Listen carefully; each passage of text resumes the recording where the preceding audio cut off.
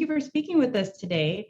My first question for you is, what can people expect to see when they arrive at the immersive Frida Kahlo experience? Well, they should be ready to be amazed. That's what they should expect. Listen, it's very important to pinpoint the fact that people will be walking into an immersive experience. So this is just in its own right. It's something that is it's new, it's amazing, and if I were to describe it a little bit, I would say that one could imagine that we're being shrunk into tiny people and we're thrown into an artwork that has movement and music, and you're just walking around and you know, realizing, what is this? So yes, an immersive experience is a new art form. It's a new way to experience art. And apart from that, we're giving the public an amazing experience with the Frida Kahlo content that we're very proud of, and we can't wait to roll it out in America. Yes, absolutely. And Los Angeles is excited for it, I can tell you that. As a producer for this experience, how do you begin to curate something like this? How do you decide which art makes it into the experience and how people are going to see it? Yeah, well, we were fortunate enough to have the Immersive Van Gogh precedent, right? So we had kind of walked down that road. However, this is a completely different show. It's a completely different feel and a different interpretation from the artistic and creative point of view. So Massimiliano Sicardi is the artistic director, and it's really his process that goes into which artworks do I use? What do I want to, what story do I want to tell? Because one could go in 1,000 different directions with somebody like Frida Kahlo, such a powerful icon with such a rich content, not only in her art form and her artworks, but with her life. So right. Massimiliano decided to tell a little bit about everything. So he included a lot of Frida's life, which I think was amazing, because it's an amazing choice, because she went through a lot of pain when she was very young, right? With the accidents and you know, mostly health issues.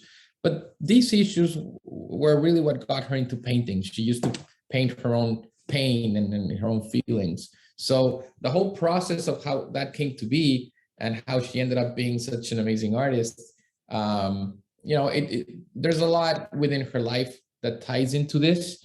And Massimiliano was able to create that in a very specific and a very, in a genius way, I would say. Yeah, absolutely. And do you think that that's what the team focused on the most, is showing her life?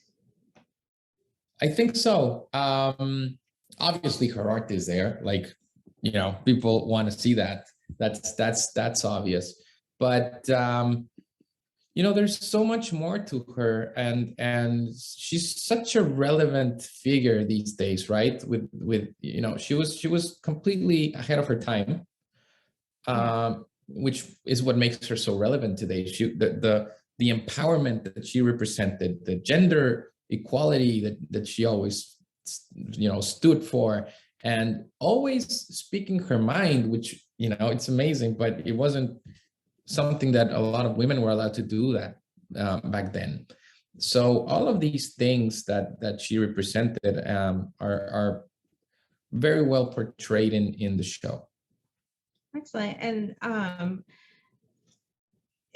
you have people from all over the world working together to celebrate Frida Kahlo and her work.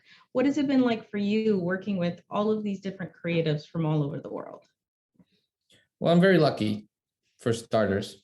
And you're right, there's a lot of people working on this. It's a massive undertaking, a huge challenge because of the pandemic.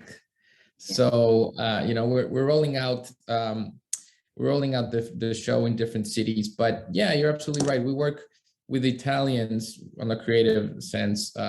Lighthouse Immersive, which is a Canadian company. I'm from Mexico. All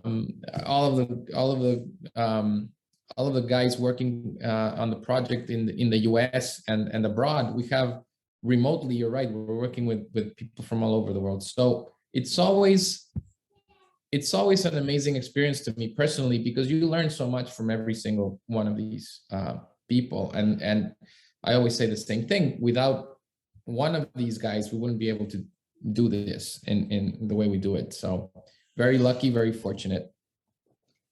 Awesome. And so my last question for you is going to be, what do you hope people take away with them after having spent time at this experience?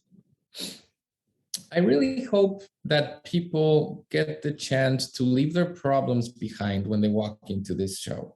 Just, just the fact that everybody's been struggling so much in the last couple of years with the pandemic and whatnot. I would really want everybody to just walk in there with a white canvas on their mind and truly experience a new art form, a new format, in these amazing venues that we've created, with a lot of effort, but also with a lot of passion and love for the art. So I would really encourage everybody to just walk in there. And at the end of the day, this is art. So people they're allowed to like it and to not like it.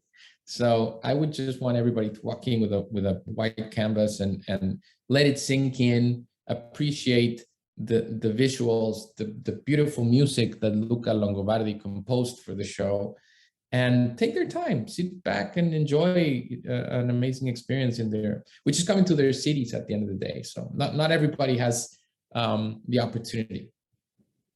Absolutely. Well, thank you, Vicente, so much for taking the time to speak with us. And we are excited to welcome this exhibit in Los Angeles.